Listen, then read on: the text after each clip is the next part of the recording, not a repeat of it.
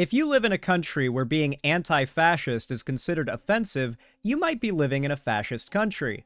That's exactly what's happened here in the US with over a decade of fearmongering about Antifa.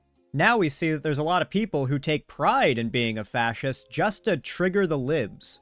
One of these people is the washed-up conservative commentator Ben Shapiro. Let's take a look at what he has to say.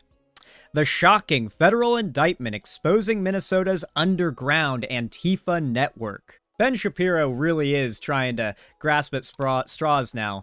We're really talking about Antifa in the Big 26? Good lord. All right, Ben Shapiro, let's hear it. Democrats have totally lost the plot on immigration policy. We started the year with ICE deporting criminal illegal immigrants, saw a near insurrection in Minnesota. On the other side, a ton of controversy, A near insurrection in Minnesota? What is a near insurrection? Is that just what we call it when people are exercising their right to free speech in the First Amendment without ever breaking the law or doing anything that is at all insurrection, but we don't like what they're saying, so we call it near insurrection? Like a near crime? What is a near insurrection? Off to a good start. Polls still point to the fact that Americans largely support President Trump's immigration agenda still. So, not really. As a matter of fact, the more radical of Trump supporters see it as not going far enough, and that's been a pretty unanimous take that I've heard from a lot of these people. And for a lot of moderates and Democrats, they are realizing, wait, this isn't what we voted for. We didn't think it was actually going to be like secret police kicking down doors, raiding houses, arresting children, and putting them in cages. Like, we thought that was just liberal nonsense. You gotta remember, Ben, the American people fell for your lies, that the left was lying when it described what Trump's plans were. Now that Trump's in power and doing all the things the left said it would do, it's had an impact on people's opinions. when Democrats are out there saying no one should be deported ever, which is a thing that a DSA congressional candidate in New York, endorsed by Zohar Mamdani, is saying, or that rioting... A DSA endorsed person said that? Who the fuck cares? Are we I'm sorry, I'm knocking so many things over today. Are we just anti-free speech now? Is that how things are? We're just fully anti-free speech now. How dare they say this? How dare they have this opinion? Okay. Courthouses is fine, and that ICE agents should be prosecuted. That's a weird political move. It's not just the Mamdani socialist candidates who... So it's fine to be in favor of mass deportations or deporting every immigrant, but it's extreme to be in favor of no deportations? Why is the extreme of one side considered okay, but the extreme, quote unquote, of the other side not? In saying this, it's the supposedly moderate Democrats as well. The DOJ is taking significant action. They are now prosecuting 15 members of a Minnesota anti-ICE group. According to the Justice Department, they announced that 15 members and associates of Direct Action Minnesota have been charged with various federal crimes, including conspiracy to impede a federal officer, multiple counts of interstate stalking, interstate threats, solicitation to commit a crime of violence, multiple counts of assault on a federal officer, and destruction of government property. So this does mark one of the first sort of investigations and prosecutions of one of these Antifa-associated groups. That's right, folks. It is soon going to be illegal to be anti-fascist. Those damn lefties claiming America's going to go full fascist. It's about time we show them by making it illegal to be anti-fascist. Over the last 24 hours, federal agents with Homeland Security conducted a coordinated law enforcement operation culminating in the arrest of 14 Direct Action Minnesota members. They call themselves DAM. And this makes perfect sense. I mean, obviously, Antifa has been fostering violence and chaos in our streets for years on end. There are some Antifa riots happening outside of the St. Paul, Minnesota courthouse. So here's what's really scary about this, because I imagine some people don't know this. Antifa is not an organization. Like, there isn't Antifa, the organization. Antifa is an ideology. It's a, if anything, it's an idea, not even an ideology. It's not like left or right or anything. It's kind of nonpartisan, or at least it should be.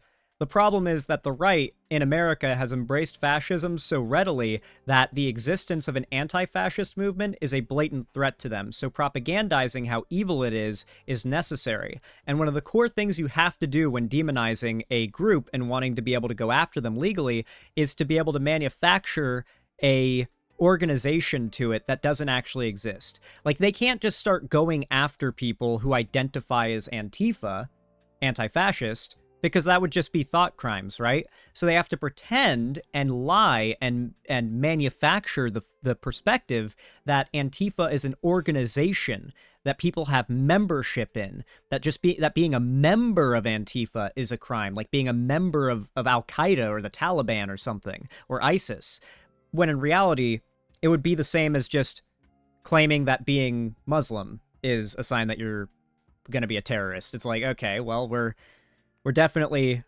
making a pretty big jump there, you know? But hey, that is also pretty on brand for these people, so maybe that is how they think.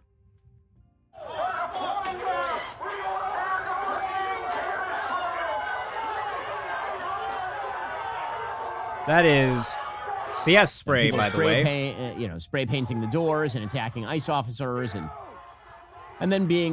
Wait, no one is spray painting the doors, Ben. That spray is CS spray. You know the gas, like the horrific, like choking, peppery gas they use whenever they're like dispersing a crowd or whatever. They have a liquid form of it, a spray form. It's called CS spray, and that's what they're using right there. And it's horrific. It's like a very powerful pepper spray. Like that was what was getting sprayed there, not spray paint. And the people doing the spraying were not the protesters, Ben. Tear gas and all the rest of it. So just wonderful people. Wonderful, wonderful people. These are the people that we have been assured by Democrats are the freedom fighters. These are the people who we ought to respect. The people who are...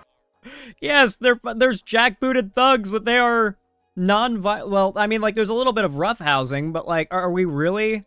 It's literally just fascism to own the libs.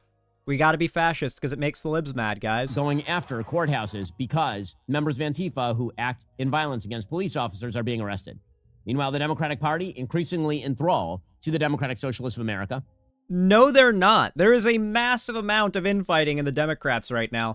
This is the kind of thing that really only gets much traction among the right, because how could you, as a moderate, maybe as a moderate, but as a left-leaning person, a Democrat even, hear this and think, yeah, this guy's got a point? Because no, the Democratic Party is like at war with itself right now. Because on one hand, you've got people like Mamdani who are super progressive, and then you've got people like who used to be progressive but then completely fell off, like am I blanking on his name right now? Tom with an F? Fetterman. I absolutely cannot have another Fetterman situation happen with Mamdani. Let's hope he stays base. I don't think he'll go down the Fetterman hole, though. But yeah, like, Fetterman is kind of a representative of the opposite side of the poll right now to Mamdani when it comes to the Democratic Party. You've got, like, those really establishment, like, Democrat in name only types having to contend with people that are actively trying to bring the Democratic Party into a new era of progressive politics. Like, don't get me wrong, I think it's okay to have room in the party for more moderate Democrat, liberal, whatever. Like, obviously, in certain parts of the country, you're going to want representatives that are less socialist to be able to win those elections. But cities like New York chose a socialist candidate for a reason. The Democratic Party needs to make room for people like that. And the Dems are not necessarily open to doing it across the board. So this framing by Ben is just false. Congressional candidate in New York's 13th district endorsed, of course, by Zoran Mamdani, a person named Daria Liza Avila Chevalier, says that all deportations are wrong, literally all of them. All deportation is wrong. Is that something you still believe? That phrase, yes. I still believe that all deportations are wrong. And even if we're talking about illegal entry to the country or someone who may have committed a crime? So when we're talking about things like illegal entry, or is this the same person that Mamdani endorsed that had said something that was actually pretty cringe? Let me check. Let me fact check this. Yeah, Avila Chevalier is how it's pronounced, by the way. It's pronounced Chevalier, not Chevalier. I know this only because of Assassin's Creed Rogue. Just, if you played it, there's a character with the last name Chevalier in it, and it's spelled exactly the same way. That's how I know how to pronounce it.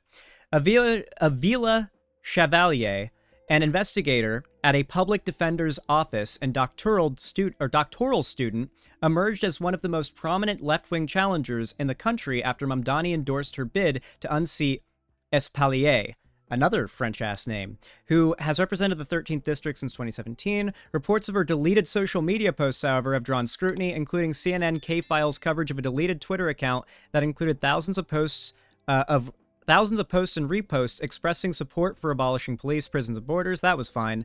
As well as seizing private property, nationalizing major industries, and calling into question Israel's right to exist. All that was fine. Avila Chevalier also stressed that the posts no longer reflect her politics, but she found herself on the defensive at several points during Tuesday's debate as Espilier seized upon them. That wasn't the tweet that stuck with me. Everything there sounds based, but there was a point that she had tweeted that was really cringe. I'm surprised this article doesn't bring it up. Correct me in the comments if I'm wrong, and correct me in the chat if I'm wrong, but I saw a lot of people talking about her tweeting anti-race mixing stuff. Like, she didn't think that black people and white people should be together. And it was like, really, I'm Donnie, uh-oh. That might have been that might be your first, like, somewhat iffy move where it's like, oh, maybe shouldn't have done that. I don't know. But who knows? Maybe conservatives are making that shit up. But I saw a lot of people talking about it, and I was like, uh-oh. Actually talking about administrative laws, right? We're not talking about criminal law. Let me right? concede the question of people who have not committed a crime, because I think that that's not really the question at hand. Like, if we're saying all deportation is wrong, though, that would seem to also include people who were convicted of breaking U.S. criminal law. Is the deportation of those people wrong? Yes, and the reason I say that is because we have a criminal system. It is imperfect, but it exists. And it is one that if we accept as the process by which we want to engage with these issues, right, the issues of harm, issues of criminality, or what have you, then we need to make sure that it is one that isn't also discriminatory on the basis of where people were born. You know, I agree with that.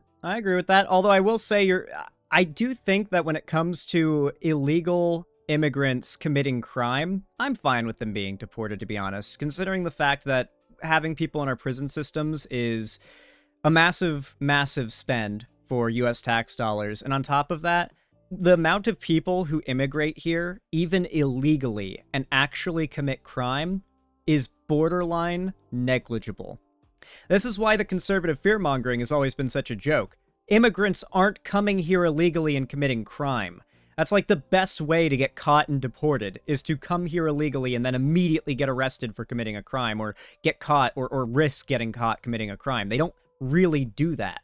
They're actually really unlikely to compared to the native-born population. So the idea of deportation as a punishment for illegal immigrants committing a crime, instead of just paying to have them in our prison systems doing a deportation, I'm kind of fine with it because, I mean, for one, they did commit a crime once getting here, but at the same time, we're talking about like a negligible percentage of even illegal immigrants. Now, this does, I do need to qualify this. That is unless you count the crime of illegally immigrating, right? But obviously in this scenario, we're not, because to illegally immigrate here is quite literally a victimless crime. So good luck convincing me that I should give a fuck. Points for consistency. That we can't discriminate based on where people were born.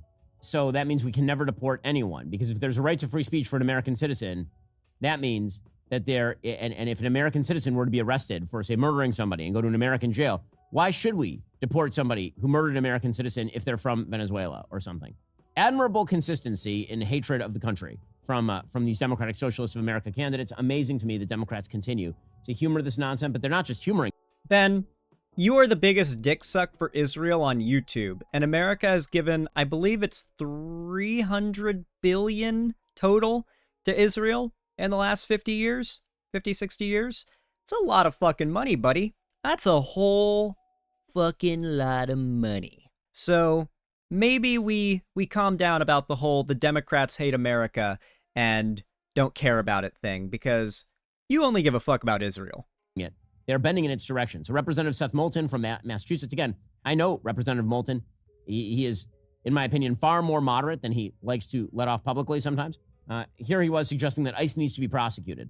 And that's why I have been so True. clear. I was the first in this race to say that ICE not only needs to be abolished, they need to be prosecuted. We need to... I mean, they need to be downsized completely. A lot of people who are Gen Z won't know this because of age, but go back 20 years ago and ICE was not relevant. People didn't talk about ICE. ICE rarely got mentioned because it was actually a sector under the INS. and you had multiple different sectors of the INS. You had the processing and handling of legal immigration, you had Border Patrol, and you had ICE.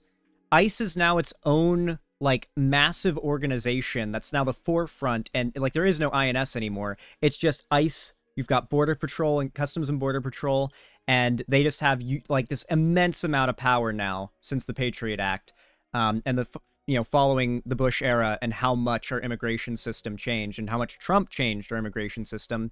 It's hard to think of a time before this, but we used to have a much less extreme immigration system very recently. Like, very recently. You won't remember it if you're in your early to mid-20s, but if you're early 30s or older, you remember. Like, ICE was not this unilaterally powerful organization very recently. This is a very odd, new change for ICE to be what it is right now. Hold them accountable to the law. And again, he is running for Senate in Massachusetts, and this is how apparently you win a Senate seat in Massachusetts. Is Ben Shapiro dyeing his hair? No, he is. Guys, you caught that, right? We need to hold them accountable to the law. And again, he is running for... Look at his hair. Look at his eyebrows and his beard. He's dyeing it. He's dyeing it brown. Dude, it was just the way the light hit at that angle. I could tell. Like, look here as well. He's dyeing his hair to get the gray out. Senate in Massachusetts, and this is how apparently you win a Senate seat in Massachusetts. The fact that Democrats continue to embrace the most radical aspects of the immigration agenda, they must really believe that President Trump is so unpopular they can say anything, which is a move. I do not think it is a smart move. It seems to me that the American people always and forever will select the candidate that they believe is more rational, close to the center, more normie. More normie. It's so weird hearing Ben Shapiro say this. Ben Shapiro has completely sold out, by the way. His own audience hates him now because he basically started going hard on the pro-Trump train no matter how bad Trump got, and he did have some mainstream appeal. Ben pretended as though he would be reasonable and honest about Trump. If Trump made mistakes, he would call them out. If Trump succeeded, he would celebrate it. But at the end of the day, he always planned to just be a through and through Trump dick suck no matter what Trump does. That's what all these people plan to do. So for a lot of the normies, they've kind of fallen off with Ben Shapiro because he's so loyal to Trump, and he's not following through on this brand that he put forward of being a reasonable, like, both sides kind of guy. And you can, like, a good example of this was the Luigi Mangione situation. When Luigi Mangione got arrested, more than half of Ben's audience was saying he needs to be released, he's innocent, he did nothing wrong. And Ben was like, what is wrong with you people? What is wrong with you? The left just wants to murder people. What is this? Oh my God. Just because he was rich, it's okay for him to be killed? Like, Ben completely pretended to miss the point, trying to sell people on the idea that being sympathetic to Luigi Mangione is evil. And his audience just didn't fall for it. That seems like that's just what the American people do. They bounce side to side on their perception of who that is.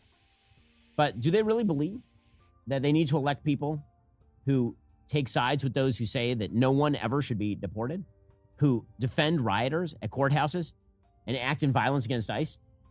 Yeah, in all honesty, I would rather ally with those people than I would with the moderates who ally with the Republicans. Yes, I do believe that right now America is on its way out if we keep going in this direction, and I would rather work with some radical communist type person than a moderate conservative any day. Like, easy choice. Yes. I do not think so. I do not think so. Father's Day is this Sunday. Here's a question. Shut up, Ben. No one gives a shit about you. No one cares. Anyway, if you guys enjoyed that, leave a like and a comment. It really does help a lot. Comment down below if you think I'm right, in fact, about Ben Shapiro dyeing his hair, because it caught the light at that one angle when he turned his head after that clip, and it clicked for me. I realized why he looks so weird to me. Anyway, leave a like, comment, subscribe if you want to see more, and hopefully, I'll see you again soon. Oh, and don't forget to join the Discord.